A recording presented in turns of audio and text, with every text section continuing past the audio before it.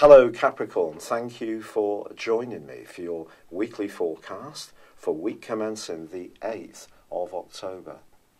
This week sees a new moon in the part of your horoscope to do with your goals and ambitions. Also, your role in life comes very much under the astral microscope. But it's going to be an intriguing new moon, which can be a time when we put plans in motion, when things start to move forwards positively, because it squares up with tiny Pluto in your sign. It's possible that your ambitions and goals or desire to raise your profile could be blocked or inhibited by a powerful individual that you encounter.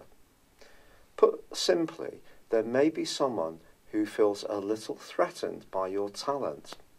Because Capricorn people are so capable, this won't be the first time that you've ever experienced this situation. It could be that you're playing very much by the rules, and if you are, this could get you all the way to the boardroom if that kind of traditional success is important to you.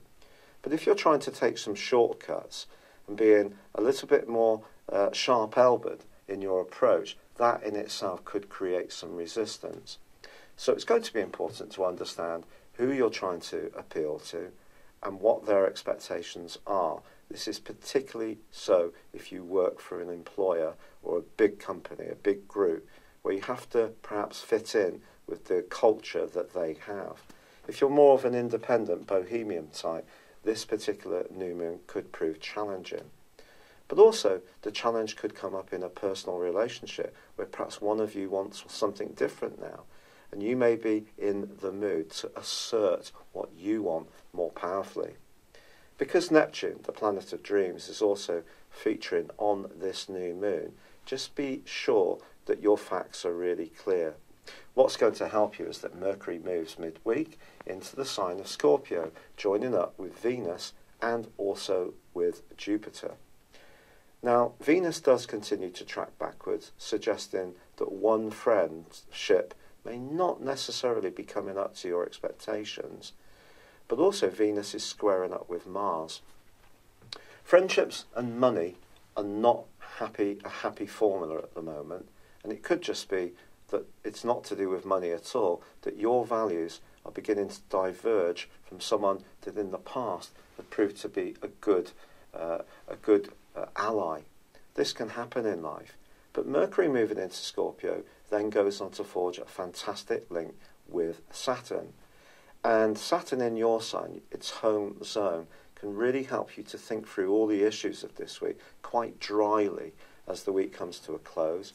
Select what's really important, focus on what you can influence positively, but most of all use your attention to detail in order to steer things in the future direction that's important to you.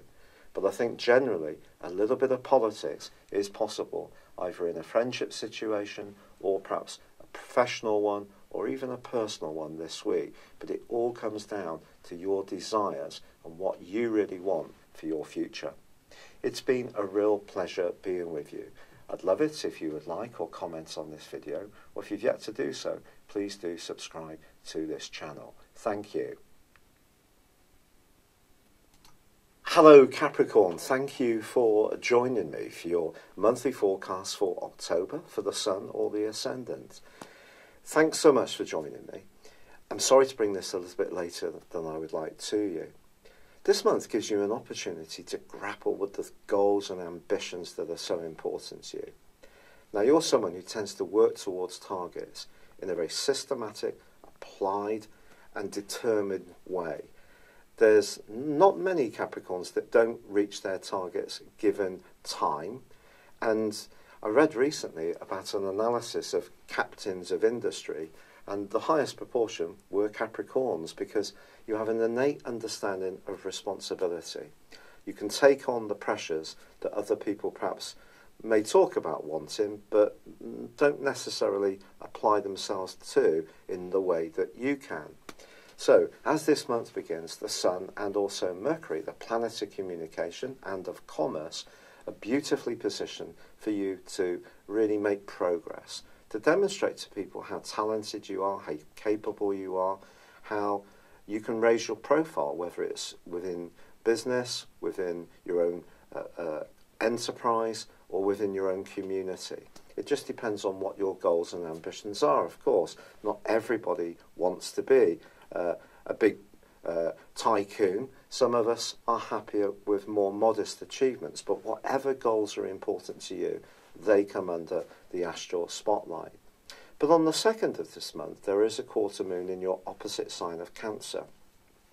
And strangely enough, however diplomatic and much you consider the implications of whatever you do, when you interact with anyone influential, they may not necessarily get the right end of your stick in the following week. I think the main thing is, yes, consider what people expect of you, but at the same time, be true to yourself.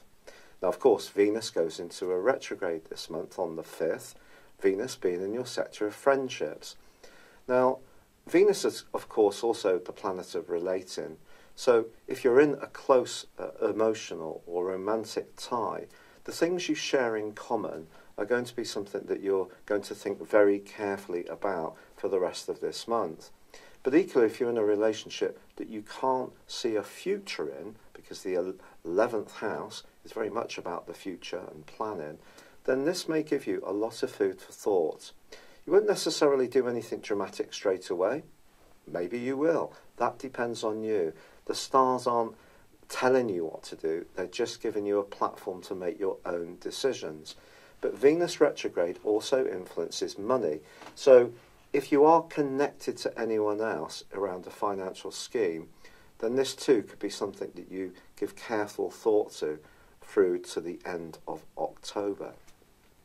But on the 9th of this month, there is a platform for you to really supercharge those efforts when it comes to your goals and ambitions, because a new moon occurs. But this is a very complex new moon because it squares up with Pluto, the planet of power and transformation in your sign. For 1 week intensely, and for 1 month possibly, it's the case that you may encounter a major opposition to what you want to achieve. Now, Pluto and power is an interesting concept because if we use our power wisely, someone else may not use their power on us wisely. So Pluto's always a bit of a tussle, and we can't control the whole process.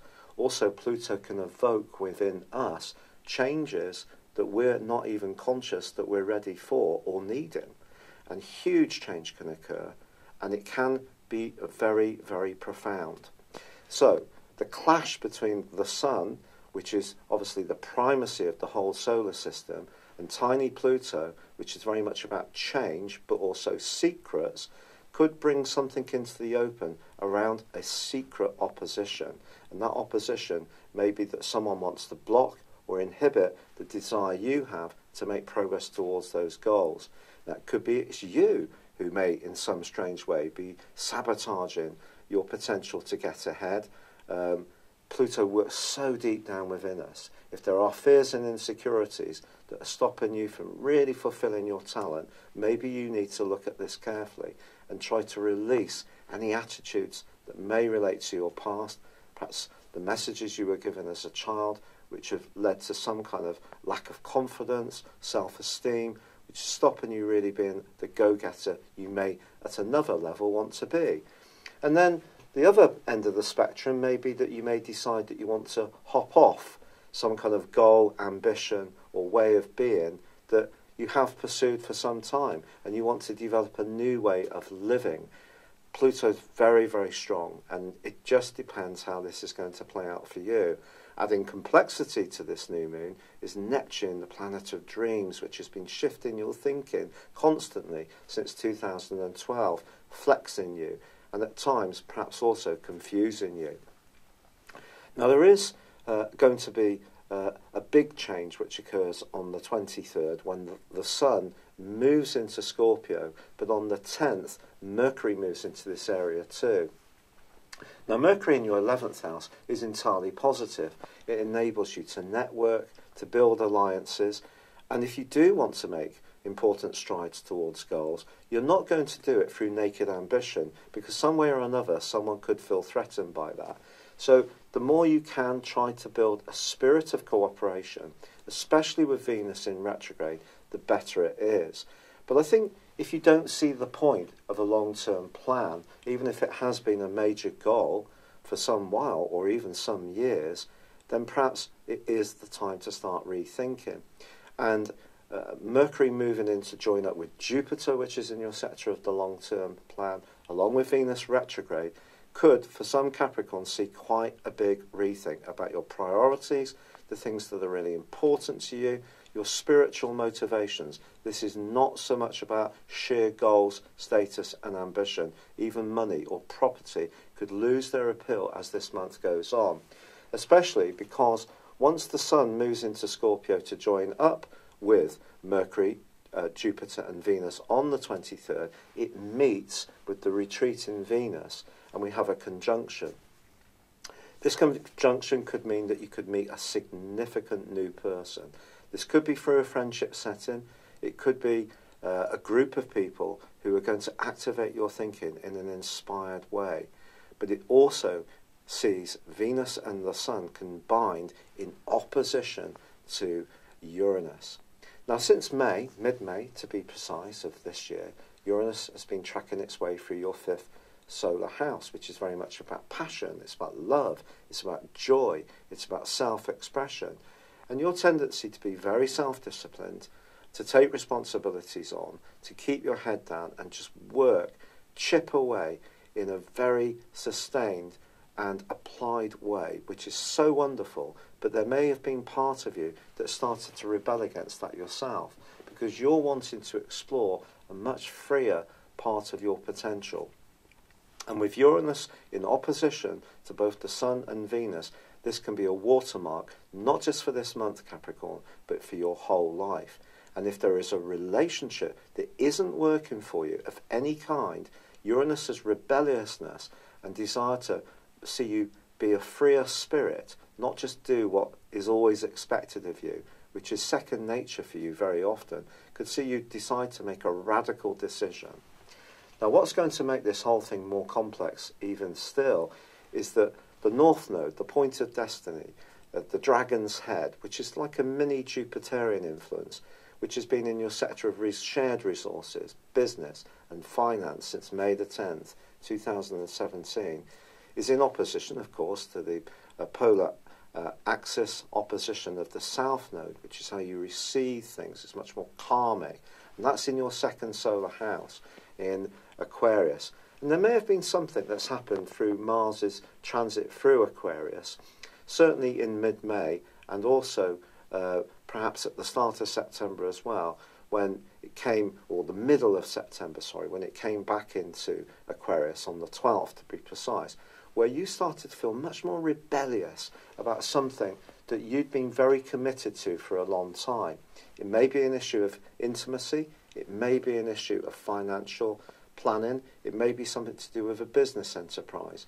But if your enterprise as an individual is being compromised to such a point that you're not really thriving, you're not oxygenating a new, evolving and developing part of your being, you're just stuck and it all feels very restrained, this is because this is a grand fixed cross, one of the most complex of all planetary aspects.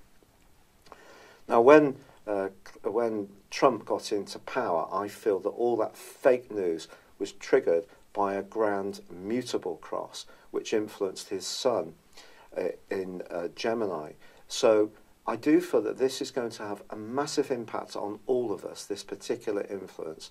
Now, the North Node inverses, so it's the opposite of the rest of the Zodiac, is actually going to be moving into your opposite sign on November the 8th of this year, and relationships, or a primary relationship, is going to come under the astral microscope in a massive way in the months after that, especially as, of course, your ruler Saturn is back in your sign since December the 20th last year, but you've also got Pluto shaking things up. This is about your individuality against a relationship. The relationship can be sexual, it can be intimate, it could be to do with a property commitment, a business, a shared resource, or it could be to do with something that you're very principled about.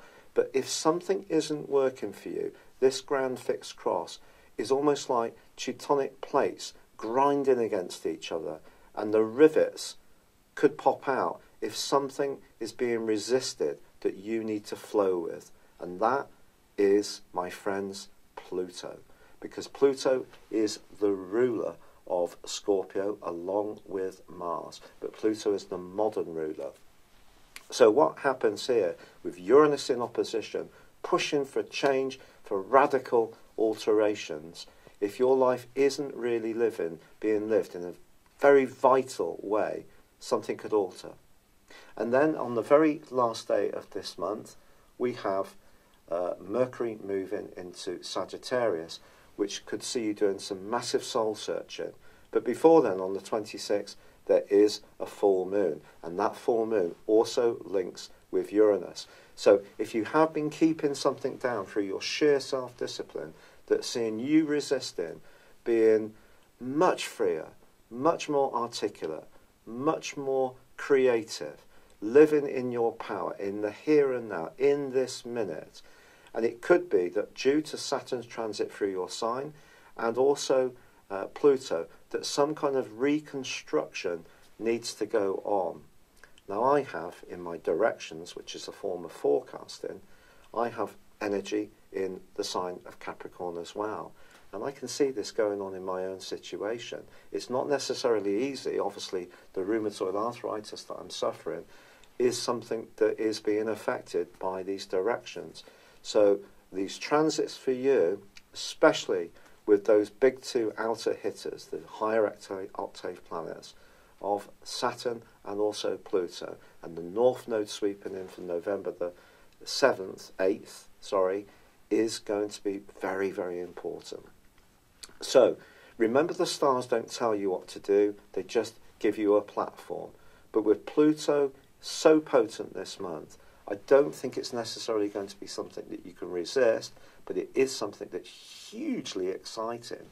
So although a lot of the astrologers on YouTube particularly, I think, will put most of the emphasis on Venus's retrograde, and that's not wrong, I just feel there is a bigger picture that's so important, and it is to do with you activating a future which is based less on the natural principles of your sign, about being worthy, fitting in with what's expected, going with what the societal norms are, maintaining tradition. It's all about you just showing people how entertaining, funny, clever and talented you are. Go for it, Capricorn. I'd like to thank you for all the marvellously kind and supportive messages, and also the suggestions in terms of dealing with the rheumatoid arthritis. I have embraced a lot and made some significant changes. Unfortunately, the rheumatoid arthritis is really aggressive, so it looks like I'm going to have to go on a fairly heavy drug called methotrexate, which is a chemo drug. I am doing all the natural stuff as best I can, and I've got about a window of opportunity for 3 or 4 weeks to see if it will work. But at the moment, the inflammation still isn't coming down, using CBD oil, using turmeric, heated in suits and tea, using ashwagandha, using serapeptase. It isn't cracking it at the moment, but I'm very grateful for all those suggestions. One that I didn't even think about is to turn off Wi-Fi on the mobile phone. That isn't supposed to be very good for us, but a great suggestion. So thank you so much. I wish you well. I'd love it if you would like or comment on this video, or if you've yet to do so, please do subscribe to my channel. Thank you. Hello, thank you so much for watching my video. I'd love you to join me at my Horoscope Ace app. You can find this at www.horoscope-ace.com. You can use it through Android, iOS, Apple or Facebook. Check out your ascendant or your moon sign, or download your free birth chart. There's all your favourite videos, plus there are daily, weekly, monthly and yearly horoscopes for general, love, Chinese and Indian astrology. If your passion is tarot, there's my brilliant 3-card money or love tarot readings too. And it's all there at www.horoscope-ace.com. Thank you.